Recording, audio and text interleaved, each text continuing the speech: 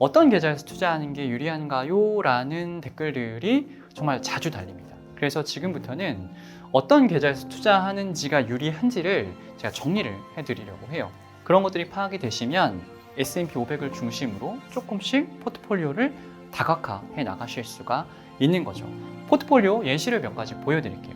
정말 공격적인 분들이라면 뭐 이런 것도 예시가 될 수가 있어요. 네, 안녕하세요. ETF 읽어주는 남자 이익남입니다. ETF 투자의 진짜 시작은 계좌를 개설하는 것부터 라고 할 수가 있겠는데요. ETF 투자를 매매할 수 있는 계좌가 몇 개가 있죠. 그 중에서 왜 중개형 ISA를 개설해야 하고 또 그 계좌 안에는 어떠한 ETF들을 담아야 하는지 오늘 정리를 해보려고 합니다. ETF 투자를 시작하시려다가 어떤 계좌를 개설할지 몰라서 이 계좌 개설 단계에서 멈추시는 분들이 의외로 많습니다. 사실 어려운 내용은 아닌데 용어 자체가 낯설다 보니까 어렵게 느껴지시는 분들이 분명 계시죠. 실제로 이것저것 찾아보시다가요, 난 잘 모르겠다 라고 중간에 그만두시는 분도 계시고, 예전에 그냥 만들어 두었던 주식 계좌를 활용해서 ETF 투자를 하시는 분들도 굉장히 많이 계세요. 그런데 동일한 ETF를 매매를 하시더라도 어떤 계좌에서 투자하는지에 따라서 세후 수익률이, 특히 중장기 누적 세후 수익률이 정말 어마어마하게 차이가 납니다. 그래서 ETF 투자를 마음 먹으셨다면 지금 보고 계시는 연금저축, IRP, 그리고 중개형 ISA는 반드시 가입 요건이 되시면 개설을 하시는 것이 좋습니다. 이 세 개의 절세 계좌 중에 우선순위는 투자자분들 개인에 따라 조금은 나뉠 것 같아요. 그런데 나는 세액공제에 대한 니즈가 그렇게 크진 않다. 그리고 한 5년 내에 사용할 목적으로 목돈을 마련하고 싶다라고 하신다면 이 중개형 ISA가 1순위라고 말씀을 드릴 수가 있겠습니다. ISA가 뭔지 간단하게 정리를 하고 넘어갈게요.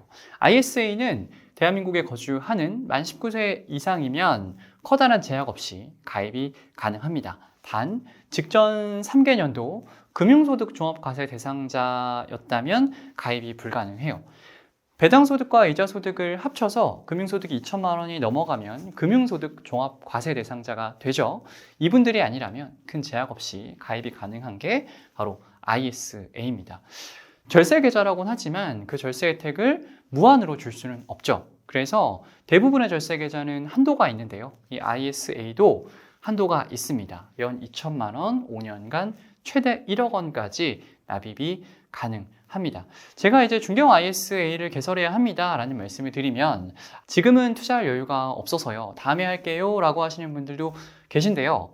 이 납입 한도는요 2월이 됩니다. 그러니까 내가 올해 1,000만 원밖에 납입을 못했으면 내년에는 2천만 원이 아니라 3천만 원까지 납입이 가능합니다. 연간 한도를 모두 채우지 못하였다고 하더라도 최대한 1년이라도 빨리 계좌 개설을 해서 납입 한도를 1억 원까지 늘려놓는 게 정말로 중요합니다. 지금은 아마 잘 못 느끼실 거예요. 근데 ETF 투자를 오래 하시면 하실수록 1억 원짜리 절세 계좌를 갖는다는 게 이렇게 강력한 거구나라는 거를 아마 느끼게 되실 겁니다. 의무가입 기간은 3년입니다. ISA를 개설하시러 가시면 만기를 설정하시게 되는데 사실상 만기가 그렇게 크게 의미는 없어요. 의무기간 3년만 채우시면 만기 이전에 해지를 하시더라도 ISA의 절세 혜택을 모두 다 누리실 수가 있습니다. 앞에서 잠깐 설명드린 연금저축이나 IRP랑 비교하면 이 중도 인출이 비교적 자유롭다라는 것도 ISA의 가장 큰 장점 중에 하나인데요. 내가 원하는 시점에 언제든지 출금이 가능합니다. 물론 출금을 하게 되면 한도가 줄어들어요. 그래서 출금하지 않고 중장기 투자하는 것을 추천드립니다만 또 사람 일이라는 게 어떻게 될지 모르지 않습니까? 중도 인출이 거의 제약이 없이 가능하다라는 것도 ISA의 특징 중에 하나입니다. ISA 종류가 세 가지예요. 신탁형, 일임형, 그리고 중개형. 그런데 이 영상을 보고 계시는 분들이라면 아마 ISA를 활용해서 ETF 투자를 조금 자유롭게 적극적으로 해보고 싶으신 분들이실 것 같아요. 그래서 세 가지 ISA 중에 중개형 ISA를 개설하시면 됩니다. 증권사 통해서 개설하실 수가 있고요. 은행이나 보험사 통해서 ISA를 이미 가입하신 분도 계실 거예요. 이런 분들도 증권사로 계좌 이전이 가능하니까 기존에 가입하신 계좌가 있으시면 굳이 해지하실 필요는 없다라는 말씀까지 드리겠습니다. ISA가 어떠한 절세 혜택이 있는지를 순서대로 좀 정리를 해볼게요. ISA는 비과세 계좌가 아니라 절세 계좌입니다. 세금이 전혀 발생하지 않는 건 아니에요. ISA의 비과세 한도는요, 200만 원입니다. 서민형 같은 경우는 400만 원이긴 한데 사실 200이나 400이나 비과세 한도가 그렇게 크진 않아요. 계좌를 개설을 하고 2천만 원을 납입해서 연 4%씩 3년만 지나게 되면 수익금이 200만 원이 넘어가요. 연 4%면 수익률이 그렇게 높다라고도 할 수 없으니까 사실은 비과세 한도가 그렇게 크다라고는 보기 어렵죠. 실제로 그래서 비과세 한도가 200만 원이라는 것만 보시면 이게 무슨 절세 계좌냐, 꼭 이거를 개설해야 되냐 이렇게 말씀하시는 분도 계세요. 그런데 중개형 ISA의 핵심은 비과세가 아니고요. 바로 9.9% 분리과세입니다. 일반 계좌에서 해외주식형 ETF 매매하시면 15.4% 배당소득세가 부과가 되죠. 15.4, 9.9 절대세율도 낮지만 분리과세 된다는 것이 핵심이에요. 금융소득이 2천만 원이 넘어가게 되면 금융소득 종합과세 대상자가 됩니다. 그래서 번거로운 일들을 많이 감당을 하셔야 돼요. 그래서 투자자분들 중에 나는 수익이 조금 덜 나도 되니까 과표를 연 2천만 원 이하로 유지하는 것이 더 중요하다라고 말씀하시는 분들도 많습니다. 과표 관리에 정말 진심인 분들이라면 이 중개형 ISA 계좌는 엄청난 절세 수단이 될 수가 있는 거죠. 두 번째는 손익통산입니다. 해외 주식 직접 투자를 하시는 분들은 이 손익통산이라는 개념이 익숙하실 것 같아요. 일반 계좌에서 ETF 투자를 하시면요, ETF 상품별로 과세를 하지 계좌 단위로 과세를 하지는 않습니다. 그러니까 내가 ETF 투자를 열심히 했는데 계좌 전체가 마이너스가 나 있어요. 그래도 내가 보유하고 있는 ETF 중에 유일하게 수익이 나 있는 ETF를 매도한다면 이 ETF에 대해서 과세를 합니다. 그런데 중개형 ISA는 손익이 통산되는 개념이에요. 그냥 풀어서 말씀을 드리면 계좌 내에서 발생한 수익과 손실을 모두 반영해서, 그러니까 최종 순이익에 대해서만 과세를 한다라는 거죠. 하나 예시를 보여드리겠습니다. 4개 ETF를 한 계좌에서 동시에 투자했다라고 가정을 해볼게요. 4개 ETF는 모두 15.4% 배당소득세가 부과되는 ETF입니다. 일반 계좌에서 투자를 하게 되면요, 내가 얼마의 손실을 받는지는 전혀 관심이 없어요. 과세 당국은.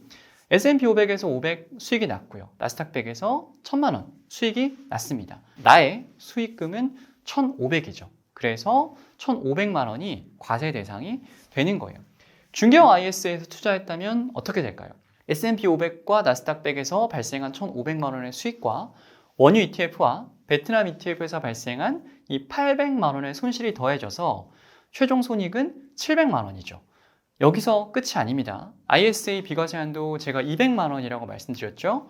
순수익 700에서 200만 원이 한 번 더 차감이 돼요. 그래서 최종 과세 대상은 500만 원이 되는 겁니다. 세율도 달라요. 일반 계좌는 15.4% 세율이 적용되는데 중개형 ISA는 9.9% 상대적으로 저율 과세됩니다.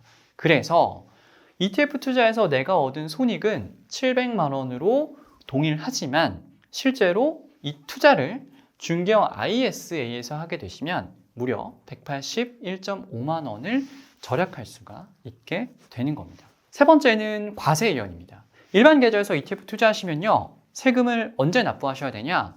바로 지금이에요. ETF를 매도하시면 매도하는 즉시 수익이 발생했다면 원천징수가 되고요. 분배금도 마찬가지입니다. 원천징수가 되고 난 세후 분배금을 계좌로 받게 되시죠.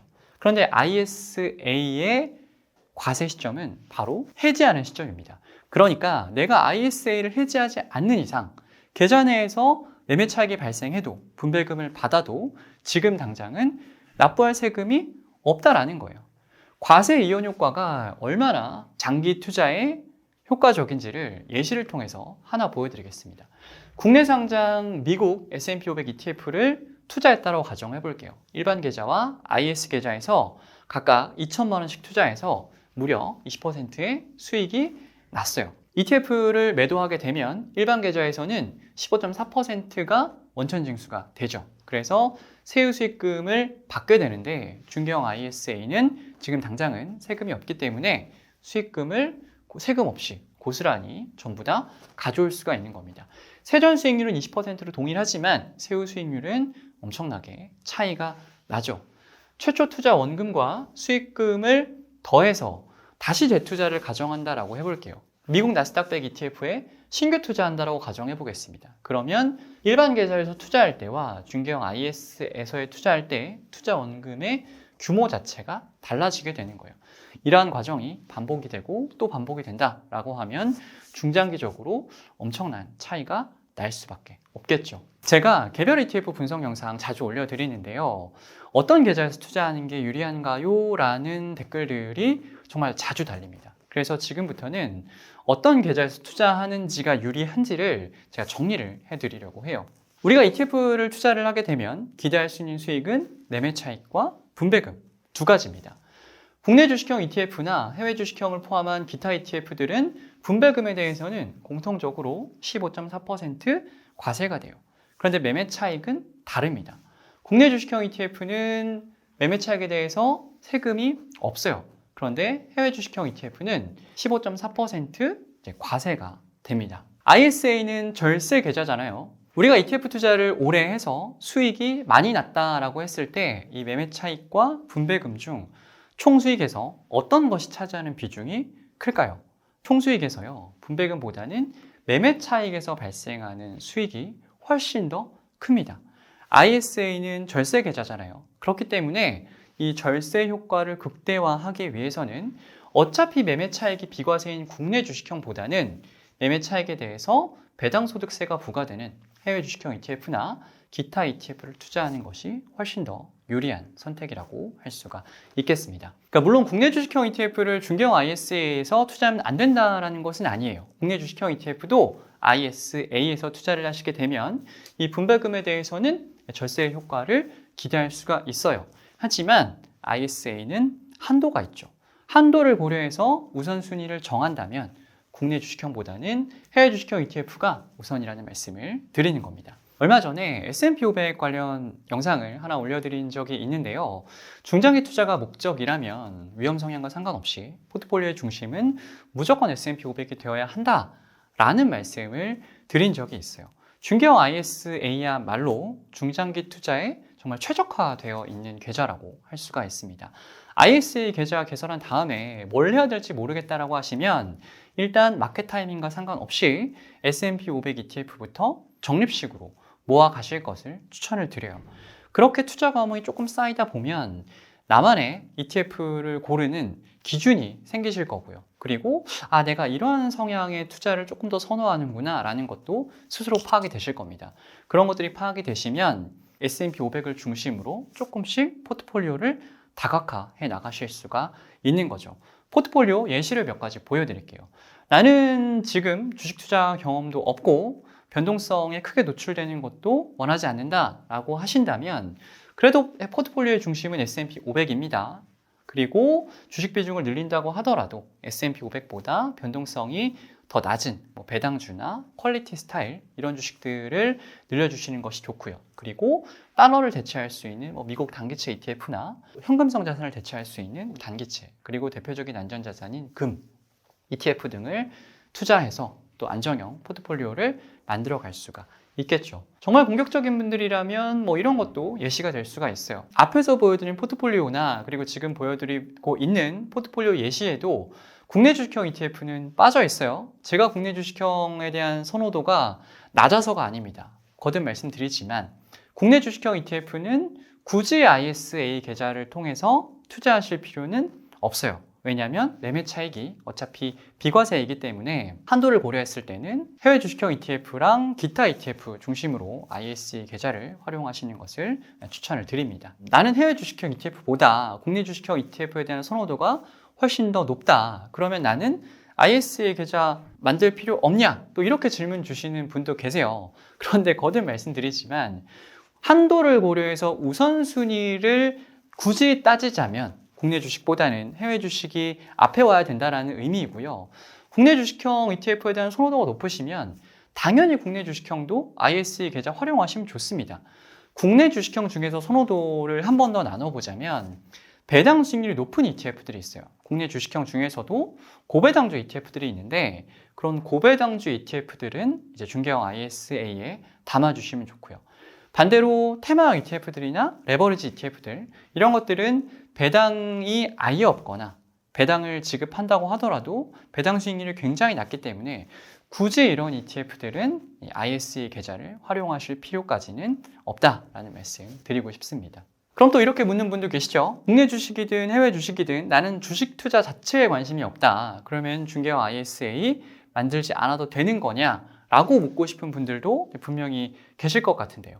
ETF가 주식형 ETF만 있는 것이 아니죠. 앞에 안정형 포트폴리오에서도 보여드렸듯이 은행 예금 금리 플러스 알파 정도를 추구할 수 있는 국내 단기채 ETF나 달러 예금을 대신할 수 있는 달러 MLF 그리고 금 ETF 같은 것들은 15.4% 배당소득세 부담하셔야 됩니다. 일반 계좌에서 투자하시면. 그래서 주식형 ETF에 관심이 없으시더라도 이런 ETF들을 중개형 ISA 활용하시면 절세 효과를 극대화하실 수가 있습니다. 네, 마지막으로 한 말씀만 더 드리면요. 50대, 60대 그러니까 은퇴가 얼마 남지 않았거나 혹은 이미 은퇴를 하신 분들이라고 해서요.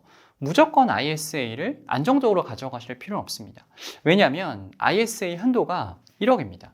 그런데 이미 내가 은행에 혹은 퇴직연금 계좌에 현금성 자산을 그보다 훨씬 더 많이 갖고 계신 분들이 있을 수도 있잖아요. 이런 분들이라면 중개형 ISA 정도는 100% 주식 포트폴리오 구성하셔도 크게 무리는 없다라는 말씀을 드리는 거예요. 총자산 현황을 고려해서 중개형 IS 포트폴리오를 만드셔야지 중개형 ISA만 고려를 하시면 조금은 투자 목적과 어긋나는 포트폴리오가 될 수도 있다라는 말씀까지 드리겠습니다.